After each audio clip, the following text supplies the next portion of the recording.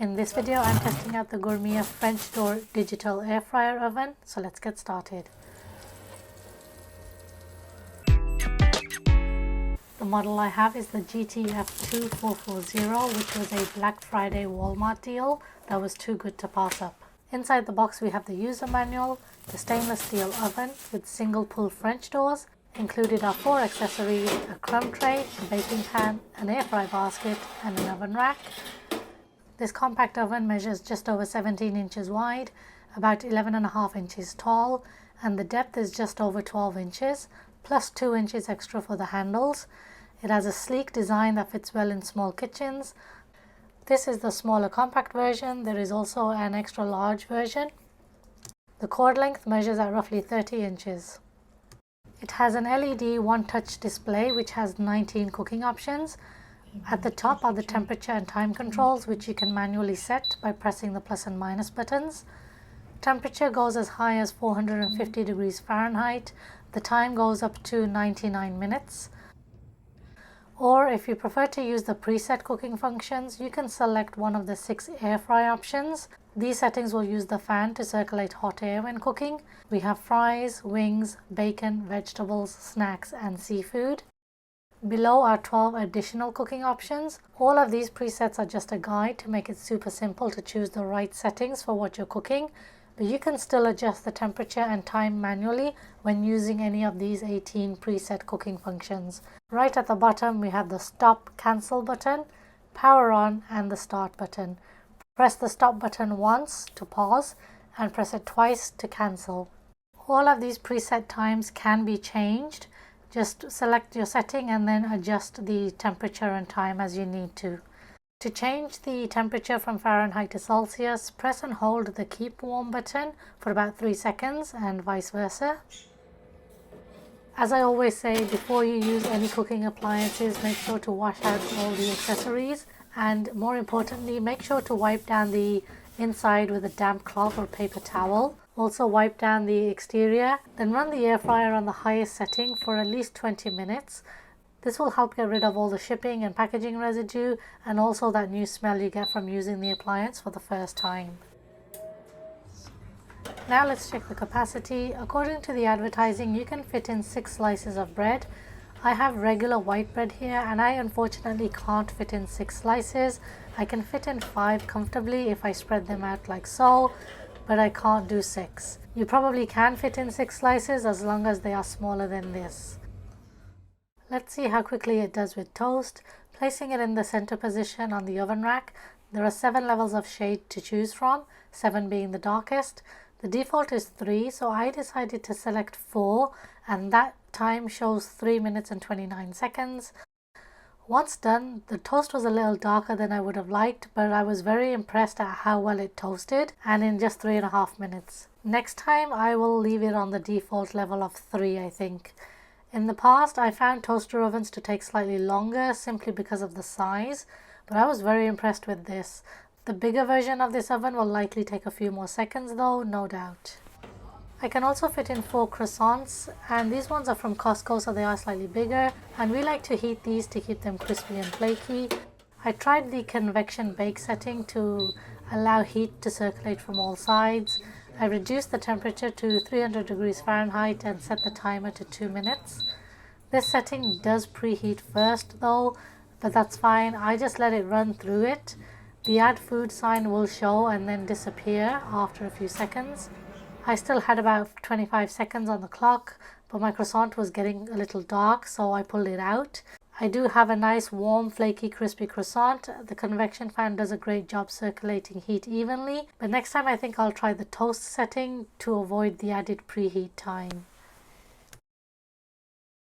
For lunch I made these frozen tempura coated fish fillets. I can fit 6 pieces on the air fryer basket, and I loaded up the other side with shoestring fries. I didn't bother to preheat the oven since I'm making frozen foods.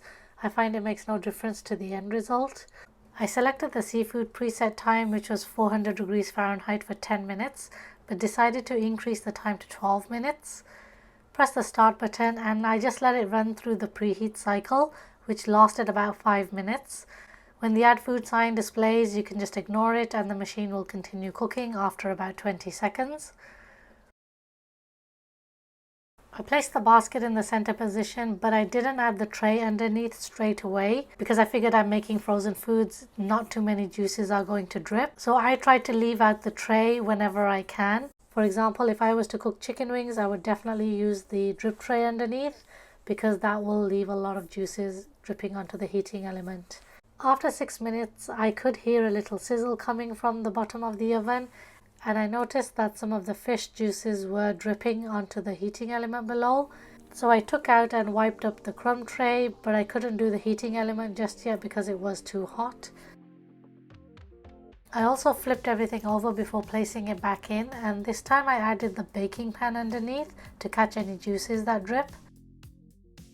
After 12 minutes, the fish was crisp and the fries were thankfully not overcooked and stayed crispy but not hard or dry, which I admit has happened a few times when I've cooked shoestring fries. 5 minutes of preheat time plus the 12 minutes of cook time, so in total this took 18 minutes. I tried the popcorn setting, which was 400 degrees Fahrenheit, for 6 minutes. While the oven was preheating, I followed the instruction manual and added half a cup of kernels to the tray and placed the mesh basket upside down over the baking tray. When the add food sign shows, place the trays in the bottom position and watch the popcorn pop. It takes almost 2 minutes before the popping starts.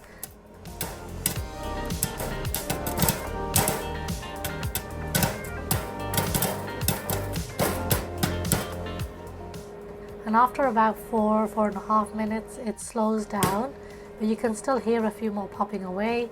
So I let it finish the full 6 minutes. Then I let it sit for another minute or so to make sure all the popping has stopped.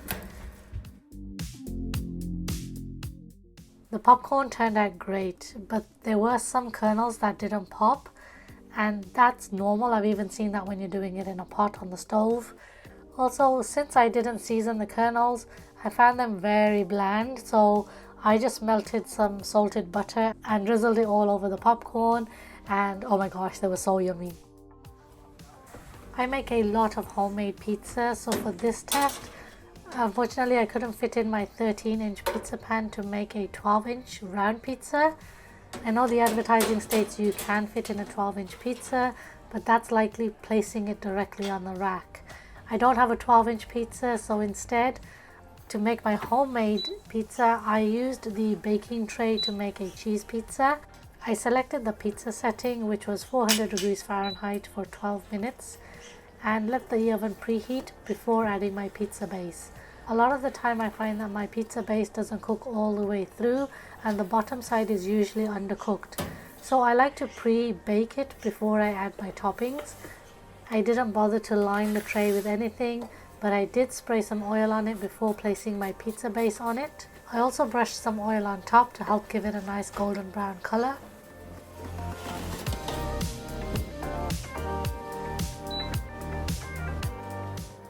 After about 4 minutes, the top was browning, so I flipped it over to add my toppings, and I was surprised to see that the base was cooked underneath with a nice golden brown finish. So perhaps I didn't need to pre-bake the base after all. Next time I'm going to try doing it without pre-baking it. I added my toppings, starting with sauce, then mozzarella cheese, and finally some cheddar cheese. The oven will auto shut off after a few minutes of no activity, so I had to restart the program again. I started it from 8 minutes, but this time I decided to lower the temperature very slightly to 390 degrees Fahrenheit because my base was partly cooked and I didn't want it to brown too fast. I let the timer run all the way to the end. 12 minutes later the pizza was done, but I wanted the cheese to brown a little more, so I switched on to the broil function. And after 2 minutes the pizza looked amazing. The only thing I noticed is that it seemed to have browned more towards the back than the front, and according to the manual it's a good idea to rotate the tray part way, but I forgot. Other than that, the pizza turned out great and I loved how it cooked the base really well. I think the pizza setting is going to be one of my most used functions on this oven.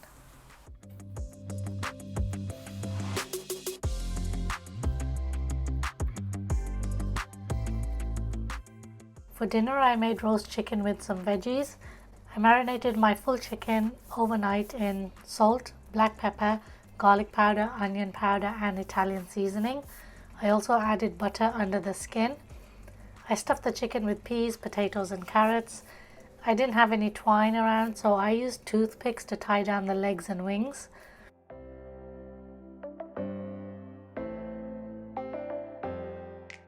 I flipped the chicken breast side down. I also added some potatoes on one side, and I had my cherry tomatoes and chili peppers prepped and ready to add a little later on.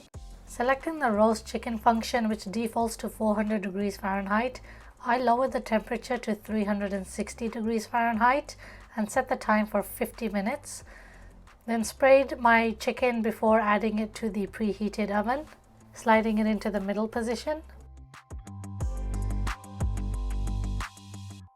Throughout the 50 minutes, I flipped the chicken halfway, I rotated the tray multiple times, I moved it to the lower position, and I added and removed my veggies once they were done.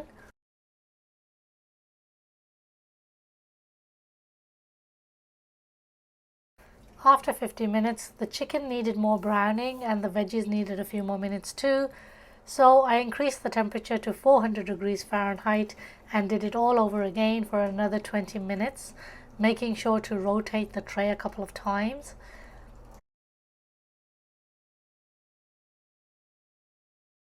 After a total of 1 hour and 10 minutes, the chicken had browned nicely all over.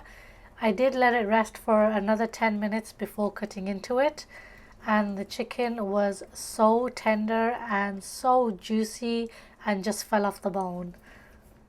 Just take a look at how beautiful this was. And there is absolutely no pink inside. I cooked it at a lower temperature of 360 degrees Fahrenheit rather than 400 degrees Fahrenheit because I find if you cook it at a lower temperature, it just retains all its juices and it just cooks it much nicer. So it's better to cook it at a lower temperature for a longer time. My chili peppers and cherry tomatoes unfortunately overcooked, but my potatoes were absolutely delicious and so crispy. They were so good. Unfortunately, the stuffed potatoes and carrots were still hard, but the peas were fine. Next time I won't bother adding any stuffing. But this chicken was just so tender and juicy, and I think that's the best thing, is to start at a lower temperature of 360 degrees Fahrenheit and then right at the end in the last 10-20 minutes increase the heat to crisp up the outside of it. I cleaned the oven once it cooled down using a wet paper towel, and I know sometimes it's getting late or we run out of time, but it's always best to do it before you start cooking in it again. Otherwise the stains will become stubborn and it'll take you longer to clean. Everything wiped away very easily, and you can see here it all came onto the paper towel. And don't forget to do the top part of the oven as well. The baking tray, however, was a different story. I had so much burnt on grease that I had to soak it for a few hours. I wiped away whatever bits and pieces that came off easily before squirting it with some Dawn dish soap and sprinkling on lots of baking powder. Then added a little bit of hot water. Since it was already late, I let this soak overnight. The next day I used a brush to scrub everything away, and I had no problem scrubbing. Everything came off very easily.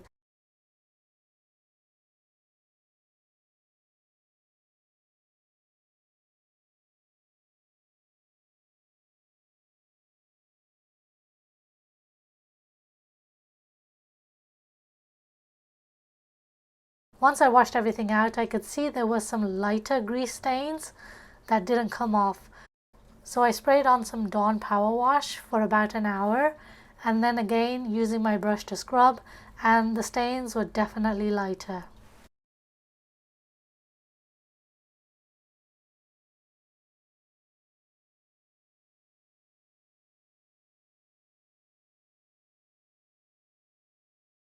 The Gourmia French door toaster oven has many great features, but it also comes with a few drawbacks.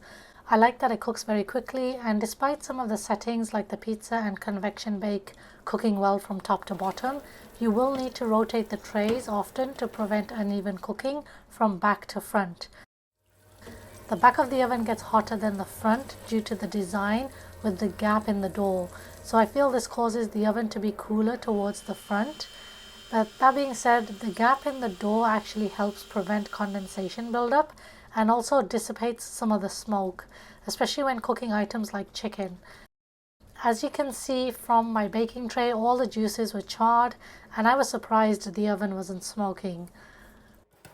Although I can keep an eye on my food through the glass doors, it's a little annoying that there's no manual light to switch on. I have to wait for the auto light to come on, which happens after every few minutes or as the bars heat up throughout the cooking process. I love the single pull feature. It definitely makes it easier as it helps keep one hand free when I need to slide trays in and out. But do be mindful that the handles do get a little hot after cooking. The exterior, on the other hand, gets very hot. So be very careful not to touch it accidentally because it is, like I said, very hot. It's a shame that you don't have the option to turn off the preheat, especially if you decide to add something back in after a few minutes of taking it out. The setting restarts from preheat if you've ended the cycle or if the auto shutoff kicks in. I personally only like to preheat when I'm cooking chicken or meat as it does lock in the juices, but for everything else like veggies and frozen foods, I don't find it necessary. Additionally, the sound is very loud. Gourmia has an option to turn off the sound on their basket air fryers, but I don't know why they didn't add the option to this oven when they added the option to change the Fahrenheit to Celsius. I would choose to have the sound option over the Fahrenheit and Celsius option. What do you think? For the price and the amount of cooking features, I think this oven offers great value. It's ideal for 2 to 3 people and kitchens with limited counter space. Like I said earlier, there is also an extra large version of this for more capacity. Alright guys, I hope you found this review useful. Please do leave a like, and if you have any questions or comments, please leave them below. I do have an air fryer group on Facebook if you guys are interested in getting more ideas or recipes to make in your air fryer or ovens. Please feel free to join in. Please don't forget to give this video a like, and if you are new to my channel, do consider subscribing. I try my best to bring out videos every week, and I hope to catch you in my next video.